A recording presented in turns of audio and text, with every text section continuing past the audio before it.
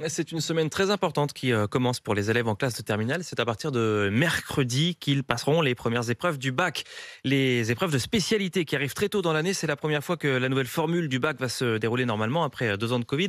Enfin, pas tout à fait normalement, hein, puisqu'au Murau, près de Paris, des élèves vont passer leurs épreuves de spécialité sans jamais ou presque avoir eu leur cours de spécialité ces derniers mois en raison des profs absents que l'éducation nationale n'a pas réussi à remplacer. Caroline Philippe et Garance Munoz pour RMC. Ultra stressé, c'est comme ça qu'a déjà dit se sentir à l'approche des épreuves de spécialité. C'est surtout celle d'histoire géo, géopolitique et sciences politiques qui l'inquiètent. C'est les deux plus gros en fait coefficients de tout le bac.